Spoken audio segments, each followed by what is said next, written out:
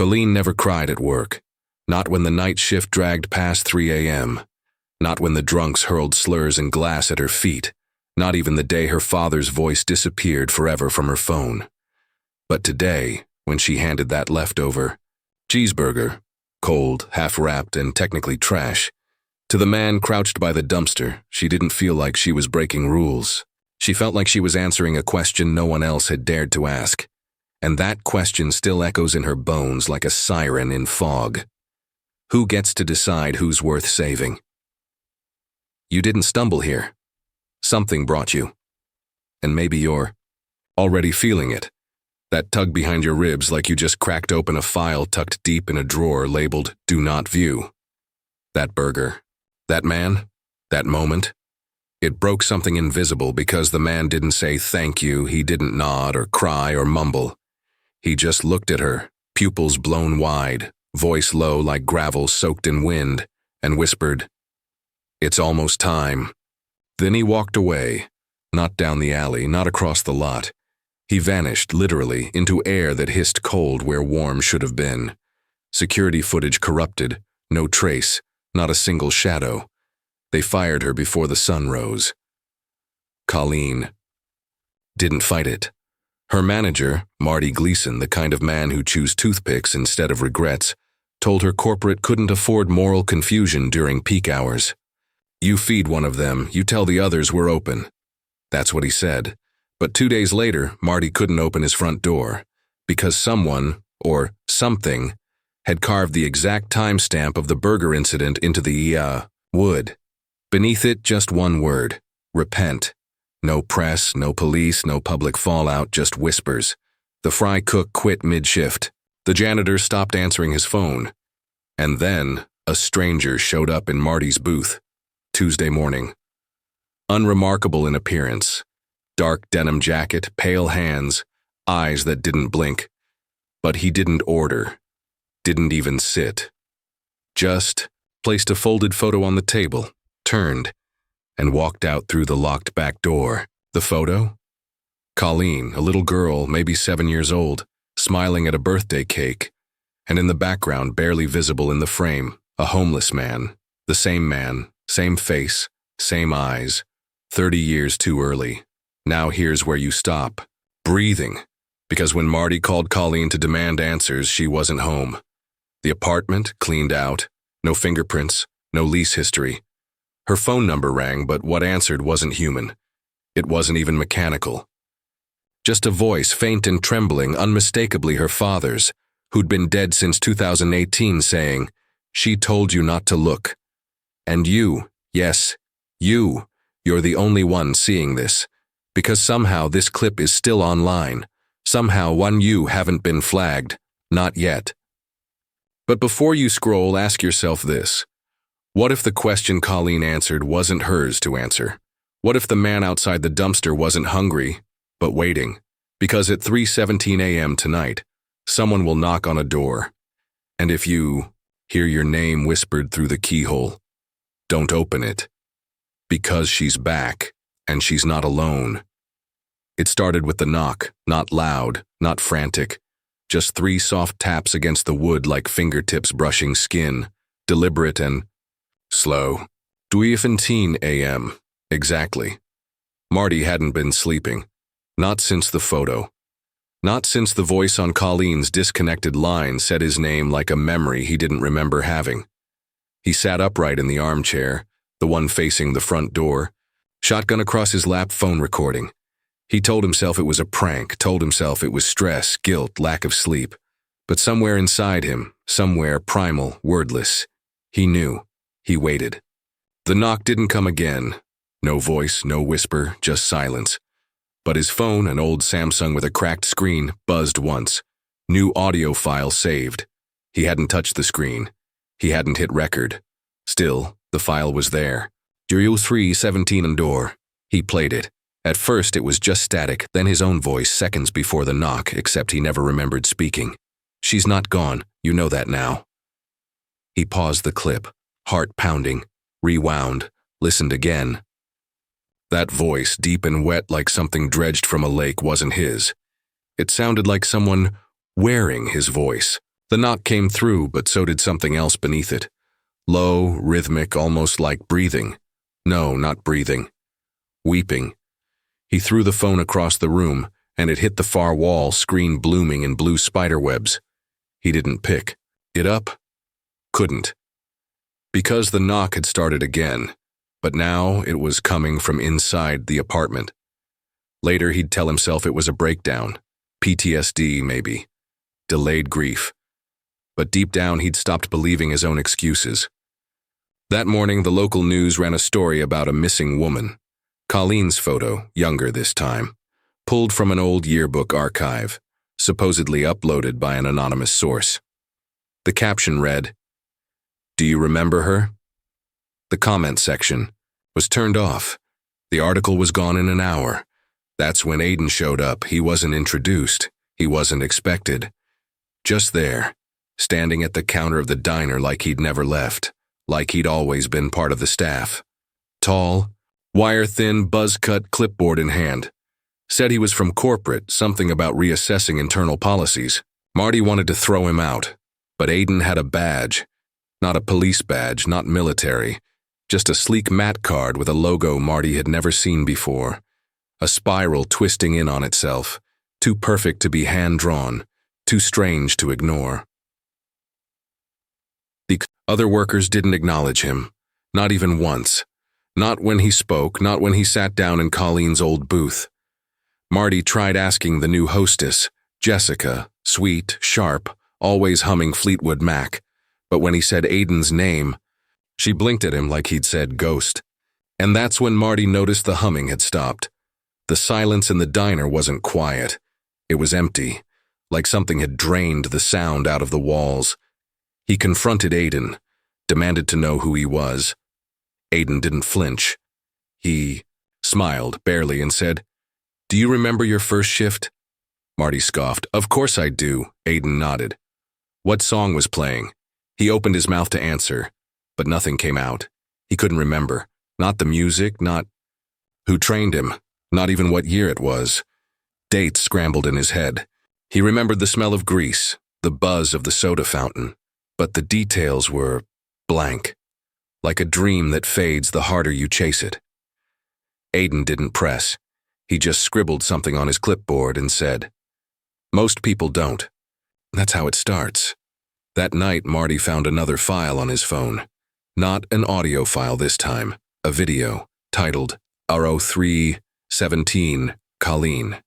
But when he opened it, it was footage of him, sitting in his armchair, staring at the door. Except his face wasn't right. It flickered, like a VHS tape eating itself. Every few seconds, his features shifted, replaced by Colleen's. Not her. Now, her as a little girl, smiling, blinking slowly, mouthing something he couldn't hear. He turned the volume up. Nothing. But when he tried to pause the video, it kept playing, even when the phone was off. Even when the battery was removed, the sound started then, soft, repeating, rhythmic, the weeping again. Marty started seeing gaps in time. Entire mornings vanished. Burnt toast in the kitchen he didn't remember making. Journal entries in handwriting that looked like his, but too careful too. Symmetrical, always the same sentence. She was never just a waitress. He dug into Colleen's past, found nothing. No school records, no birth certificate, not even a social security number. But he did find someone else, an elderly woman named Doris Wheeler who used to live near the diner. Claimed she remembered Colleen, but not as an adult, as a child. Said she'd been exactly the same age for decades. Called her the street angel. Said she only ever showed up when something was about to end. Marty pressed for more, but Doris shut down. Later that week, she was reported missing. Her apartment emptied overnight. Only thing left behind was a cassette tape labeled in shaky ink. What they don't want you to remember. No one owns a cassette player anymore, but Marty did. Found it in a closet he didn't know existed, behind a wall that should have been solid brick. When he played the tape, it hissed for 23 minutes. Then a voice, faint, trembling, scared. It was his mother's. She died when he was 11. Don't follow her, the voice warned. If you see her, walk the other way. She remembers you even if you don't remember her. The words cracked something open in him, not just fear, recognition, like someone whispering your name in a room you didn't know you were in. He started dreaming of places he'd never visited. Dark stairwells lit only by exit signs, long hallways where clocks ticked backward, booths in diners that stretched into infinity, all of them empty, all of them waiting. And in every dream, she was there, Colleen, not older, not younger, just the same, watching him with eyes too ancient to be her own. And then Aiden changed. He stopped pretending to be corporate, stopped showing the badge. Now he just watched, never blinked, never ate. Sometimes he'd sit behind Marty in the diner, just close enough for his breath to fog the glass of the window. But there was no breath, only silence. One night, Marty turned to confront him, but the booth was empty. On the table, a piece of paper, torn at the edges. Just 5 words. This is how it ends. But the next morning, everything was normal. No booth, no Aiden. The spiral logo gone. Jessica humming Fleetwood Mac again. But Marty's reflection in the diner's window wasn't his. It smiled when he didn't. Now he questions everything. His name, his memories. If he ever fired Colleen, or if she fired him. If the stranger outside the dumpster even asked for food, or if he simply came to collect. The files still appear, the knocks still come. Sometimes from inside the walls, sometimes from behind mirrors. And every once in a while, late at night, Marty thinks he sees himself walking past the diner. Eyes dull, smile wrong, mouthing that same sentence. She was never just a waitress. And now you're part of it, because this story wasn't meant to be heard. Not here, not now, but if you've made it this far, you've already been seen. You remember something, even if you don't know what yet. That's why your screen flickered a second ago. That's why your lights dimmed for no reason last night. That's why your phone saved an audio file you swear you never recorded. Play it. But only if you're ready to ask the one question no one else will. What if she's not gone? What if she's already sitting behind you? Marty found the house by accident, or at least that's what he told himself. He'd driven 2 hours out of town with no destination, just a pulsing nausea in his gut that made every street lamp feel like it was staring. The radio kept cutting out, cycling through static and fragments of children's voices singing Happy Birthday, out of sync. When he pulled onto the gravel road, overgrown with weeds and barely visible on GPS, his phone powered off without warning. Not a dead battery, just gone, like it had never been turned on at all. The gravel gave way to cracked concrete, and ahead there it stood. A 2-story house with chipping paint, warped shutters, and a familiar porch swing that creaked despite the still air. He didn't know the house, and yet it felt like home. Or like the memory of one. Inside, everything was too preserved, dustless, cold. The kind of cold that settles into the bones of a place, not from weather but from time misbehaving. On the mantel sat a black and white photo in a gilded frame. Colleen as a child, same as in the diner photo, but this time standing in front of this house, holding the hand of a man with no face. Not obscured, not blurred, just blank. As if no one had ever drawn it in. Upstairs, the false resolution bloomed like a wound stitched too tightly. A small room, lined with corkboards and thumbtacks, newspaper clippings about missing people, scribbled notes. They only forget if it wants. Them too. Polaroids of Colleen aging in reverse. 20s, then teens. Then a photo of her in a stroller held by a woman who bore an impossible resemblance to herself. In the center of the room, a TV played on loop. Marty, at the diner, every shift. For the last 5 years, angles that shouldn't exist, camera placements that had never been installed. One showed him sitting alone in the break room, staring at the wall, while something behind the vending machine twitched ever so slightly. For the first time, Marty believed he had found the answer. He gathered the files, stuffed them into a duffel bag, drove back through the dusk, each tree trunk seeming to tilt as he passed as if trying to whisper, He was convinced now. Colleen wasn't just a woman. She was the key, a loop, a glitch in something older than memory. And he, Marty Gleason, diner manager, crank, cynic, grieving son, was somehow central. He rehearsed what he'd tell the police, the press, the world, that someone, something, was using her image to erase people from reality. That he'd found the proof. When he got back to town, the diner was gone, not boarded up, not abandoned. Gone, an empty lot, cracked pavement, grass growing in the shape of old floor tiles. Not a single person on Main Street remembered it ever being there. Jessica? Never heard of her. The fry cook? Doesn't exist. City records showed no business listed at that address. Ever. Even the building permit history was wiped. He tried to show the files, the photos, but the duffel bag was empty, just full of loose napkins and a child's drawing of a spiral sinking into a mouth.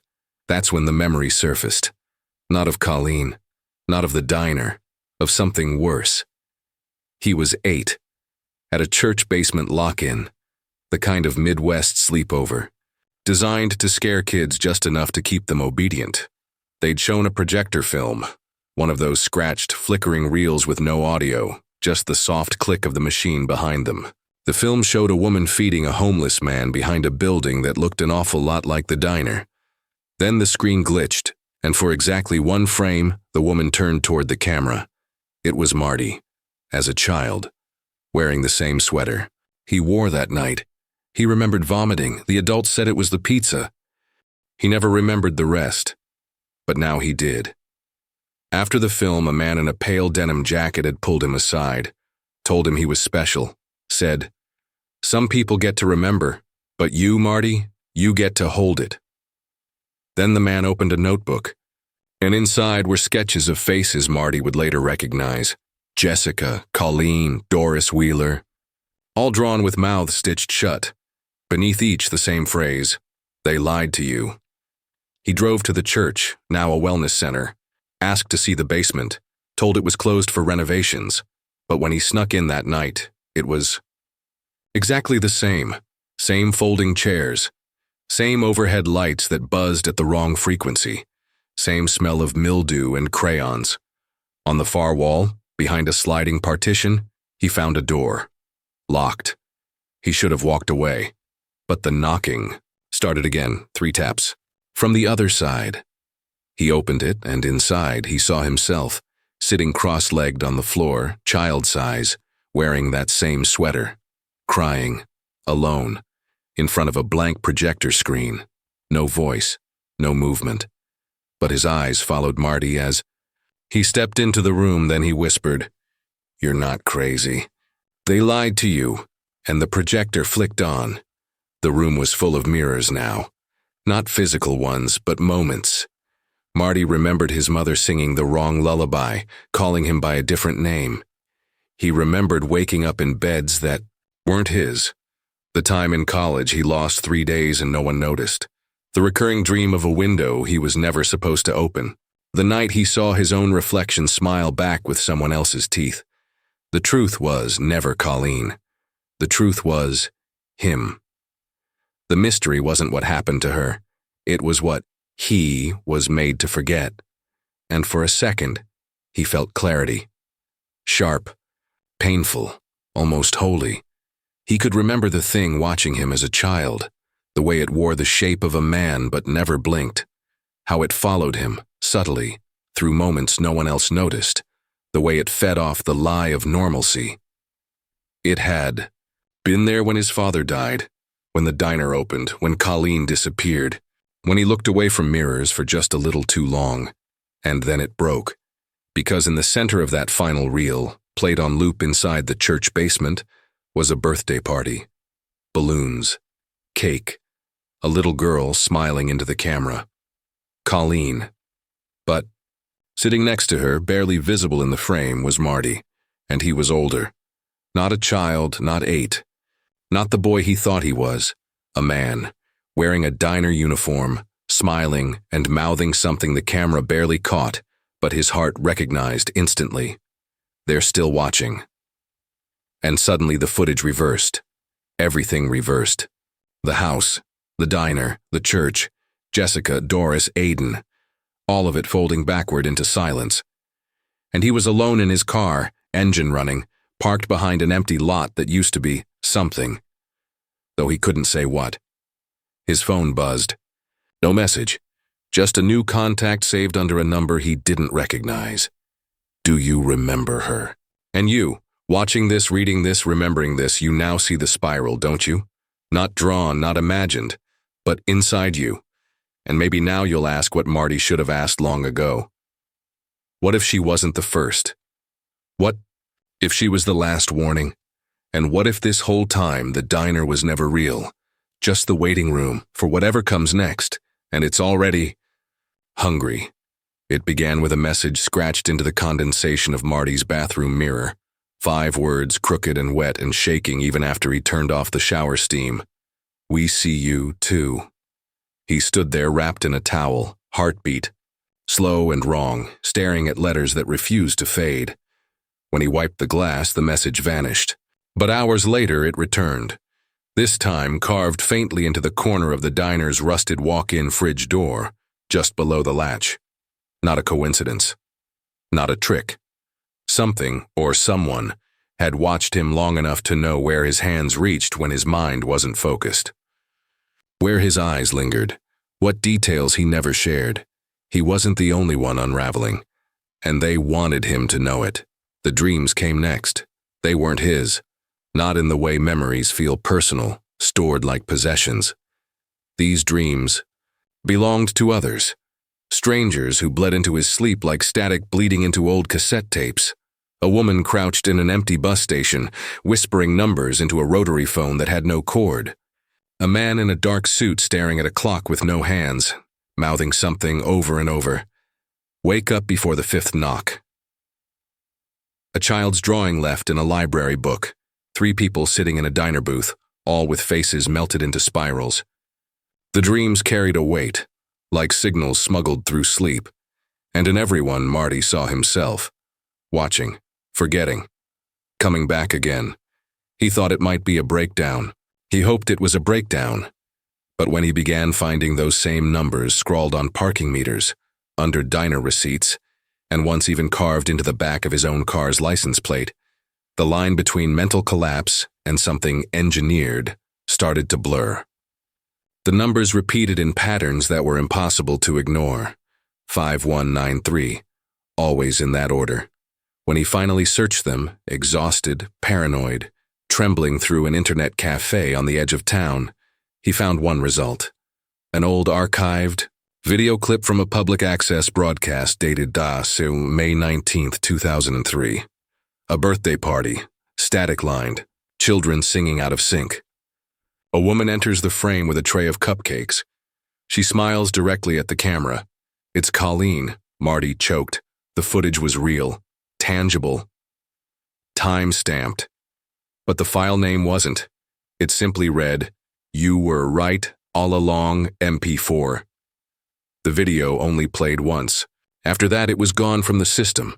No cache, no history, not even a temporary file. He tried again from another computer. Nothing. The messages changed after that. No longer passive. They started appearing in other people's handwriting. His. Sister's grocery lists, co-workers' notebooks, receipts from gas stations he didn't remember stopping at, always hidden between words, in margins, half erased. They remember you better than you remember yourself. Don't trust the man in the gray van. What the government never released wasn't data. It was people. He began to suspect others, people who flinched when he mentioned Colleen, who laughed too quickly at questions they should have answered differently. The barista who handed him his coffee with an envelope tucked underneath, no return address. Inside, a photo of Marty, asleep in his bed, dated 2 days in the future. On the back, in red marker, "Do not be here." That night, he slept in his car. In the morning, his apartment was ransacked, nothing taken, everything touched. It was only then that he noticed the symbols. First, carved into the bark of a tree near the overpass, a perfect spiral nested inside a triangle. Then etched in frost on his windshield, too precise for nature. The same mark, again and again, sometimes in places no one should reach. A stairwell wall with no light bulbs, the ceiling tiles of a bathroom stall, behind his own molar in a dentist x-ray he couldn't explain. He was being tagged, marked, not just as an observer but as property. He stopped trusting reflections. Every mirror showed slight delays. Every window distorted him into something just off. He started leaving himself voice memos. By the third night, they didn't sound like him anymore. The cadence was the same, the phrasing, but something inside the tone, that tightness in the vowels, was off, like someone trying to remember what it feels like to be him. Then the radio broadcast came, static at first, then cutting through. The white noise, the voice of a woman. "We've been waiting for you to wake up, Marty. You're not the only one, they need to know." Her voice, Colleen's but not young this time. Tired, older, sharper, as if she had spent years whispering through wires trying to reach him. The signal cut. He never found it again. But a few hours later, taped to his windshield, a napkin from the diner, stamped with a lipstick kiss and the same time, 3:17 a.m. It became undeniable. There were others, survivors, witnesses, or maybe participants, all caught in the same silent spiral, some hiding, some watching, some pretending not to remember. And in every direction he turned, something was watching back. That's when the third voice entered. Not a dream, not a glitch. A journal left on his doorstep, wrapped in plastic, water-stained. The handwriting was erratic, like someone writing during an earthquake. No name, no dates, just entries. Each one signed, "The One Left Behind." The voice in the journal spoke to him directly. Not as Marty, but as someone trying to be Marty. The entries described his actions before he did them. Tuesday, you will leave the TV on channel 3. They'll show you the shadow again. Friday, don't take the call. It's not your sister this time. May 29th, you will find this journal. You'll think you're real. That's the last lie. The entries became confessional, then pleading, then terrified. They rewrote your origin. You're a placeholder, a test subject, not the first version. You weren't born, you were assigned. You were made to forget how to scream. The final page was blank except for one thing: a pressed flower, dead, blackened, folded perfectly in half.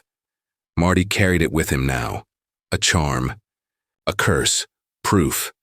He wasn't alone in this.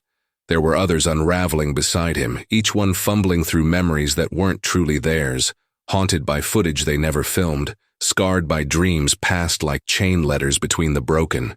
There were symbols, numbers, and phrases buried in every corner of the story, in every sound, every flicker of light. You've seen them, felt them. This isn't fiction, not to you, because you've been here before. You've forgotten it, but your body hasn't. The ticking in your ears, the slight nausea at 3:17 a.m., the reflection that holds your gaze just a little too long. You think it's paranoia, stress, sleep deprivation. It isn't. It's recognition. And now, with everything exposed, every secret thread unraveling at once, Marty sits in a motel room lit only by the glow of static on a television screen tuned to a channel that doesn't exist. He's holding a tape recorder pressed against his lips, saying something over and over. The camera is rolling. You are watching it, or remembering watching it, or remembering being it. And just before the feed cuts to black, just before the audio folds in on itself and the screen twists into a spiral that feels oddly familiar, he looks directly at you and says, "Ask yourself why you remember me." Then silence, and now the room you're in feels wrong, and the story you thought you were hearing, you were never just watching. You were part of it, and you always were. The rain had been falling for hours, long enough to erase the sound of everything else. It drummed against the windshield in slow, intentional rhythms, as if it were speaking in code, a forgotten language that didn't care if Marty understood. He sat motionless in the driver's seat, parked in front of what should have been his childhood home, though no part of it felt real anymore. The porch light flickered like a dying heartbeat. The windows were dark but not empty. He could feel the weight behind them, watching, waiting, or maybe just remembering. He hadn't come here for answers, not anymore. There were no answers, only consequences. After the files, the dreams, the strangers who knew too much and said too little. After the spiral and the symbols and the recordings of moments he'd never lived but somehow grieved. He understood now. The mystery wasn't about what had been done to him. The mystery was what he'd allowed to be forgotten. Inside the house, nothing had changed. Not the carpet, not the humming refrigerator, not the portrait of his mother, smiling too wide, her eyes painted just slightly out of alignment. It was a replica of a life. A perfect staging, but it had no weight. Every footstep sounded too hollow. Every photo frame was slightly crooked in the same direction. Every drawer contained the exact same note folded 3 times. You were never supposed to remember this much. He stood in his old room. Blue walls, faded baseball posters, a trophy from a game he never played. And then, on the floor near the vent, a recorder, his own voice, a younger version. They told me I could stay human if I chose to forget. But I wanted to know. I thought the truth would make me more real. That was the confession, that was what they never told him outright. The truth didn't save anyone, it only stripped away the comforts of the lie, the warmth, the innocence. The story. Marty wasn't special, he wasn't chosen, he was curious. And curiosity was the price.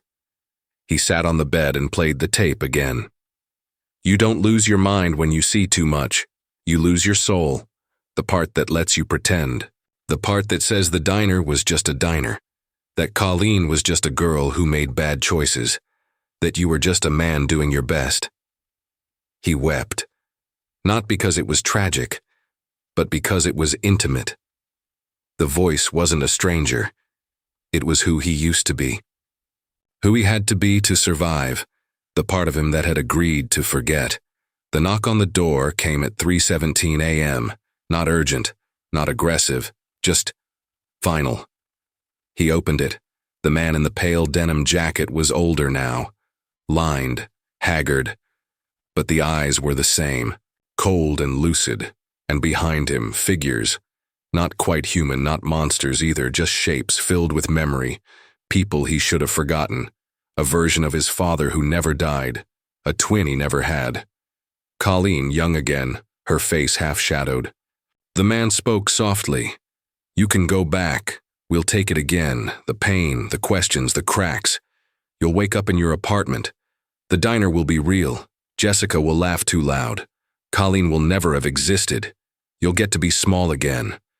Safe. You'll get to believe. Marty said nothing. He just stepped aside and let them in. They didn't touch him, didn't threaten him. They sat around the living room like guests at a funeral no one wanted to attend. The television turned on by itself, a static image. Marty as a child watching cartoons, laughing, then blinking, then staring directly into the camera. He looked terrified, like he'd seen something through the screen. Then came the final choice, a box, no lock, just a piece of paper taped to the top. If you remember this, you were never supposed to. He opened it. Inside, a single VHS tape labeled in smudged ink. Original Self. No one said a word. The man in the jacket pointed to the VCR already waiting. Marty stared at it. He could press play. He could see everything. What he was. Before they broke him. What the truth did to his mind. Why Colleen vanished, why the diner only exists when no one looks directly at it. He could know everything. But he also knew. Once seen, it couldn't be unseen. Not by him, not by you. And if he watched it, the story would no longer belong to him. It would belong to us. A collective remembering, a shared awakening. A door opened so wide the world would never close properly again. He looked at the screen, the figures, himself. He looked at you watching, you remembering, you trying to understand why this story always felt like something you lived, but could never fully recall. He pressed play, and for a moment, just a moment, the screen showed your face. Not as you are now, but as you were before, and then it cut to black. Thank you for watching. Don't forget to like, share, and subscribe for stories you were never meant to hear. Until next time. Remember, some truths don't want to be found.